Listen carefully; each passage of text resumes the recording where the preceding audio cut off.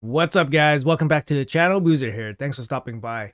Hopefully you guys are having a good day so far. In today's video, we're going to be going over some news that Plarium just announced to us in regards to the weekend summon events, and it's going to be a progressive event. We do have a summon event that's going to be happening for the fusion for Kro Khad here.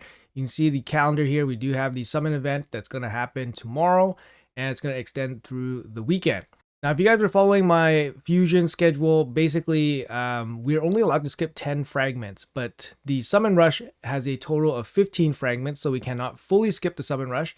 Same with the champion chase. So if you're low on shards, you're going to have to still get at least 5 points from both of the summon rush and the champion chase, and then in one of them, you have to get 10 points as well, unless you win a tournament. So, yeah. My overall plan was basically just to go into the summon rush and get 5 fragments and then basically just leave the last 10. So hopefully it won't be too crazy expensive, and hopefully the event won't be so good that it kind of handcuffs you into doing it. But yeah, let's jump into the event. It's just going to be, luckily, just a progressive event. So here we go. We have a 15x progressive event for these champions. Now, these champions are all really good. Looks like they have a reviver theme going on right now. So first, let's start off with Elva Autumnborn. So Elva Autumnborn here, Sylvan Watcher. She's an excellent champion. One of the first Sylvan Watchers here. I believe you can get her from those welcome back packs or welcome back offers. She was initially offered as a 20 sacred guarantee champion way back in the day. 110 base speed, very nice. Speed in all battles here. A1 continuous heal, A2 3-turn cleanse, block debuff, and increased speed, and then a 3-turn single target revive with increased defense, increased attack. A cool passive here that does a passive heal and a passive veil, which is super annoying. Yeah, really good champion. I actually use my Elva pretty often, mainly for Chimera, so she does see weekly play. But for a new or mid-game account, she's definitely a pretty strong carry. You can use her in Clan Boss to cleanse off the stun. You can use her just in general dungeons. She's good in lots of areas. So she's going to be up for grabs on Friday. After that, we have Pria the Slitherer. So Pria the Slitherer is one of the newer champions here from the Demon Spawn. I compare her to basically like a Force Affinity Ancora, but she's really good on her own as well. 110 base speed, very solid base stats. Speed in all battles here, 20%. A1, transfer all debuff from the champion to the target. This effect cannot be resisted if the champion is under 3 or more debuffs. Cool thing about Pria is you don't really need to build her out with accuracy. The rest of her kit doesn't require it, so I wouldn't worry too much about this effect, but it's not too bad. The A2 here is a 3-turn full heal with increased defense, increased speed. It's very solid ability. Unfortunately, no cleanse here, but it's otherwise a really solid ability. And then she has a single target revive on a 4-turn cooldown. This is a longer cooldown, but you get 100% HP and 50% turn rate, and then you get a full reset on those skills. The full reset is very strong. And Cora has something similar, but she brings more turn meter, which I think is a little bit more useful because you get that champion back and give them a chance to get a turn much more quickly. And then lastly, her passive here. At the start of this champion's turn, transfer 1 debuff from each ally to this champion. Will not transfer hard CC. This effect cannot be resisted or blocked.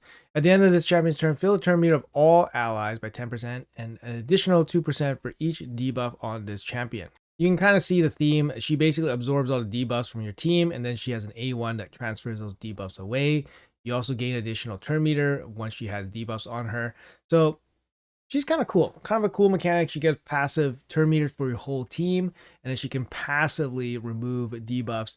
I don't think she's as game changing, I think, as Ancora, but this is a very solid, like, team friendly, passive, team friendly kit.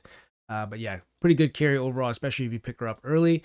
After that, we have Glacade, the Meltwater from the Sylvan Watchers here. Glacade is actually probably one of my more wanted non-void champions. I don't have this guy. But yeah, he would definitely be very powerful in some teams that I could probably make around him. Great base stats overall, 112 base speed, so he's even faster than the other two. Force Affinity support champion. He's got speed in all battles. Got an A1 chance to freeze here. I wouldn't build him out with accuracy just for this. Mainly like an arena skill, basically. His A2 here, 4-turn cooldown, increased attack, perfect veil, and a turn meter fill. Really nice ability. Duchess has a very similar ability, but instead of the turn meter fill, you get block debuffs. So you guys can be the judge of what is better. Situationally, both can be good or better than the other. Otherwise, very similar abilities. The A3 here is very similar to Duchess as well. You get a 4-turn team revive with 40% HP and 25% turn meter. A little bit low on both, but you do get increased accuracy, increased defense on everybody when you revive them. And you have the flexibility of placing these buffs even if there's nobody to revive. So that's really, really nice. If no allies were revived, grant this champion extra turn. So that's really nice. So this becomes a 3-turn increase accuracy, increase defense, which isn't the best, but the fact that it's basically part of an existing skill already makes it really, really flexible and really, really good value. So just a great A3. And his passive here, allies under Perfect Veil placed by this champion deal 10% more damage. Allies under Perfect Veil placed by this champion deal an additional 10% damage to under Veil or Perfect Veil. So this passive is really, really good against bosses. Obviously, you get an additional 10% damage. He also places 4 buffs, which means he's a great candidate for 9-piece protection set. So you get 5 for each 5% damage boost for each buff. You get 20% here. It's really good, and you get a passive here for 10 extra percent. This additional 10% under Veil and Perfect Veil is not going to happen too often, but yeah, that's a nice little sweetener there on his passive. Yeah, he's just a big damage engine for your team, especially against Hydra or Chimera. Very similar kit to Duchess, but more offensive oriented, whereas Duchess is more defense oriented. Definitely somebody that I would look towards as a really, really strong carry in this game. Moving on, we have Pythion from the Lizardman. Force Affinity Pythion here was a fusion way back in the day. What are we looking at here? Probably 2 years now, 2.5 years now, maybe more for Pythion. Yeah, really good champion. Again, very similar-esque kit to Duchess. You got good base stats here, 105 base speed. It's got resistance in all battles, so not as good as speed in all battles. Got an A1 heal. It's actually really good, really annoying. So A2 is a 3-turn cleanse, block debuffs with a pretty big heal here. And then he has an A3 4-turn team-wide revive with the strengthen. Very, very solid ability. And his passive, allies receive 5% less damage from skills for each buff on them. Stacks up to 25%. So, this requires a little bit of setup. And it's defense oriented. It's just going to mitigate damage.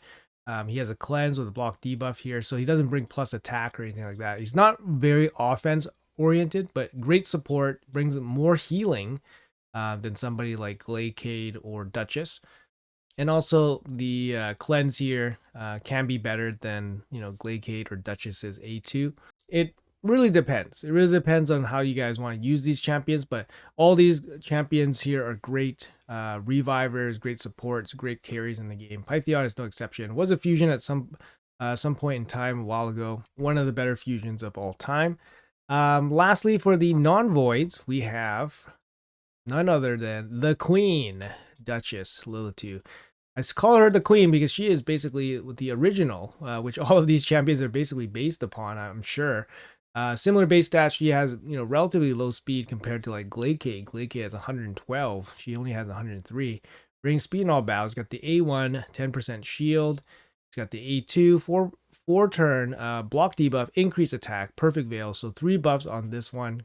She's a good candidate for protection set because she does bring a shield for a buff and then 3 buffs on her A2. And then she has the team revive on a 4-turn cooldown, revive, no turn meter, just big health, and then just provides Veil and continuous heal on your team. So, you get a couple buffs here as well. And then her passive just passively decreases the damage taken from all allies by AoE attacks, which is just basically active all the time. You don't have to set her up or anything like that. Yeah, very good champion, good carry, one of the best carries, especially early on, of course.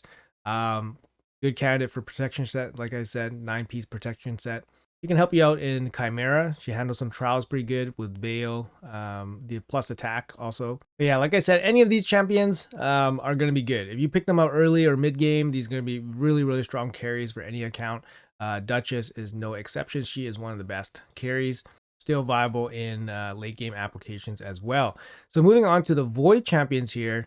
Following the Reviver theme, we got Senna Amberheart. So Senna Amberheart is probably one of the champions that basically went from, never seen to always seen, always wanted. She's got a lot of value in Chimera. Got speed in all battles here. He's got 113 base speed, very fast. Got an A1 that instantly activates continuous heals on each ally, very crazy. He's got a 3-turn increase speed, place 2 continuous heals, and turn meter fill. So nice little boost here. And then she has a 4-turn team revive, 50% HP, 50% turn meter, and then teams up with all allies revived by this skill to attack the enemy with the lowest HP. So whereas you see the other champions with 4-turn team revives, they get some additional buffs like, block debuff, increased defense, or something like that. Senna Amberheart instead goes in and attacks with the ally attack here. So it's a little bit interesting, can be crazy in right situations. Her passive here, whenever a continuous heal buff activates on any ally, fills the turn meter of all allies by 5%. At the end of this champion's turn, increase the duration of continuous heal buffs on a random ally, except this champion for 1 turn. So she's a really crazy engine for basically giving your team turn meter. She can self-extend continuous heals, she can self-activate, and then she can self-place. So she's basically just a one champion, continuous heal, turn meter, and activating of continuous heals. And it's just a crazy cycle of turn meter for your entire team. More turns gives you more damage, and yeah, that's how you can do some pretty crazy numbers against Chimera. Probably lost a bit of value now since Titus is in the metas, because if you want big damage, you basically just go for Titus. But you can go Titus plus Senna Amberheart too, and that can be pretty nuts. So she's going to be up for grabs as one of the void options here on the progressive events. Up next, we have Sephi. Sephi here from the Undead faction. Very good champion. I have Sephi myself. Used to be considered one of the best champions, if not the best champion in the game for a long, long time. Great base stats, 114 base speed, 115 is the fastest in the game, 114 right here for Sephi. Got an A1, automatic sleep. Not as good as it once was because of how strong Wand is in Arena, because Wand now makes this A1 just go back, sleeps her back, but it's still really good. One of the best PvP A1s.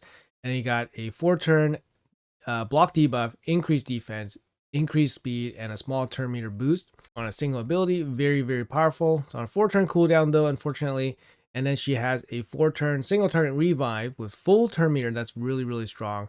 And then places increased attack and increased crit rate on champion. And the passive here, that passively heals everybody by 10% of their max HP at the start of their turn. Also has a chance to remove freeze, fear, true fear debuffs from each ally at the start of their turn. And then one of the best partner bonuses, where she just basically makes Rotos super hard to control. Sephi is still extremely good champion, can be used in multiple areas, of course. Decent champion for a protection set as well, since you get 3 buffs here as well, for 15% damage boost on a 9-piece. And of course, if you have Rotos, her and Rotos still do a lot of work in Arena. Personally speaking, the 10% turn meter boost here is a little bit on the small side now. There's a lot of turn meter boosters in this game. So you have to basically really value the buffs here. Like obviously going first block debuff situation, this is going to be really strong. It's going to prevent a lot of stuff from happening. Like if they have bombs on the team, if you get the block debuffs out first, protected, you can at least protect your team from like bombers, for example. So there's still a lot of value in having, a very fast champion with block debuffs right away. But as a turn meter booster, she's not as good as a lot of champions out there right now. So Sephi is going to be up for grabs on Friday, 15x for the voids. And lastly, for the voids here, we have Raka Viletide from the Orc faction. I have her. She's solid. You can use her in Chimera as well. She brings the plus attack A2, similar ability to a lot of the support revivers out there. You get a 3-turn remove all debuffs, so it's a cleanse, and then you get plus attack and a shield. So pretty solid 3-turn cleanse here. No block debuffs. Usually the cleanse comes with the block debuffs, but in this case you get plus attack and a shield, which is solid. Her A1 is just going to be a little bit of healing on the A1, and then she has a 4-turn team revive, 50% HP, 50% turn meter, then places block debuffs. Now you can place the block debuffs on your whole team without anyone needing to be revived, which is nice for a little bit of flexibility. But it's not really good value since it's only going to be a 4-turn team block debuffs, which is not great value, but it does bring a little bit of flexibility. And she has a really good passive here where at the start of each turn, fills the turn meter of all allies by 10%, which is really nice. And then she has a passive ability here. At the start of each turn, places a continuous heal buff on the ally with the lowest HP for 2 turns. It's almost like a Senna. It's almost like Senna's passive, but Senna's kit just works way better with the turn meter and the continuous heals. But Raka, she brings turn meter, she brings continuous heals, but she doesn't bring that activation, and she doesn't bring that additional benefit of getting turn meter boost when continuous heals are activated. So Senna's kit just feels a little bit more coherent than Raka's, but Raka still has a very good kit. She's a cleanser and she's a reviver, and she places the block debuffs, and she basically has healing, which is a shield, and she brings turn meter. She brings a lot of stuff. Her base stats are probably not that good, some of the worst ones, at least for the ones that we've went over in this progressive event. I don't know why she has this 1100 attack. Just give her 22,000 HP and just reduce this attack and just call it a day. I don't know why they had to give her some attack here to soften her up. Like, she's a void legendary and stuff, but anyways, she's still a good champion. You can use her in Chimera as well. She does handle some of the trials. You got the shield trial, you got the increased attack trial there, and you got the block debuffs as well to help you out. But she's going to be up for grabs for the voids. Now, even for the epics in this progressive, there are actually some pretty good ones here. They're all pretty good for like earlier mid-game carries as well. You have Rector Draft here from the epic slot. She's solid, good carry, especially early on. She got the A1 decrease attack, good for early game clan boss. She brings a revive, and then she brings a lot of healing as well. So she is quite solid. And then we also have Ugo up for grabs, and we all know how good Ugo is.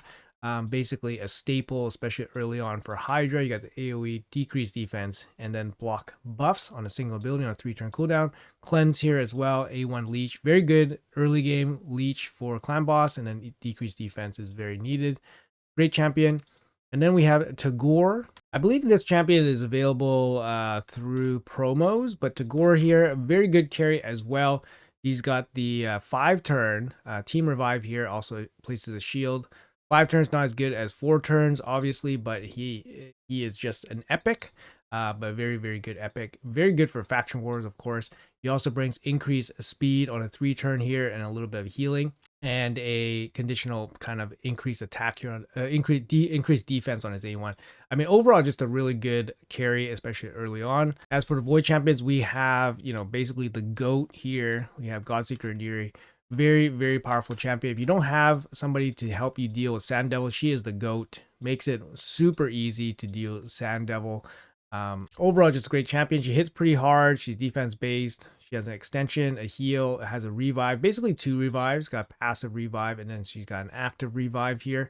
But she's amazing champion. And then lastly, for the Void Epics, we have Ursula the Mourner, one of the best, I would say, epic revivers, if not one of the best revivers in the game. Sorry, she's part of the Banner Lords. Here we go.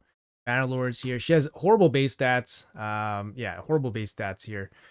Really low HP for a support champion, average speed, and randomly she has, high attack but low defense.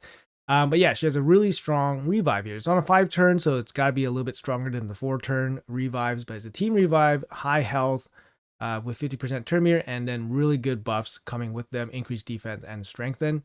She also brings decreased attack and increased attack as well, so she can be a buffer, debuffer, good team, a reviver, and then she brings a turn meter drop here as well. Overall, great champion, good strong carry for the Bannerlords Faction Wars as well if you don't have her. But yeah, that's going to round out our 15x for the weekend here. Personally speaking, these champions are great, especially if you pull them relatively early. But for me, they're not super enticing. So I'm going to stick with my fusion plan myself, and basically just go for the minimum fragments in the summon rush, and then I will commit to the champion chase the next week. Now, the champion chase for next week, my guess is that if Plarium follows the rotation, it's going to be 2x voids. It's going to be 2x voids, guys, which means, obviously double boosted rates for void champions. There's some good void champions this week in the summon rush, so maybe that's why they put some good champions here. They want to entice you to kind of use your use your void shards, but we do have most likely a 2x void coming next week. And since it's going to be, champion chase, you get some pretty good point value there. So hopefully that'll make things a little bit easier to finish off fusion. I got 134 void shards, so I'm going to save those for the 2x. I only have 4 sacred shards on this account. Now that's pretty good considering that last week I think I only had 1 or 2 or 0 actually. But we got 2 sacred shards from the hard doom tower, so that helped. And then I think I pulled 2 maybe in a week. I would say that's about average, 2 sacred shards in a week or so. So that's going to make summon rush no issues for me. I mean, it would have been no issues anyways, but I didn't really want to use like other shards like mystery shards and stuff, but much rather would have used sacred shards to finish off the summon rush. But yeah, so that's my plan. Hopefully you guys have a plan for the weekend as well. Let me know what you guys got in the comments below. Thanks so much for watching. Once again, appreciate your time. Have a great day, and I'll see you guys in the next video.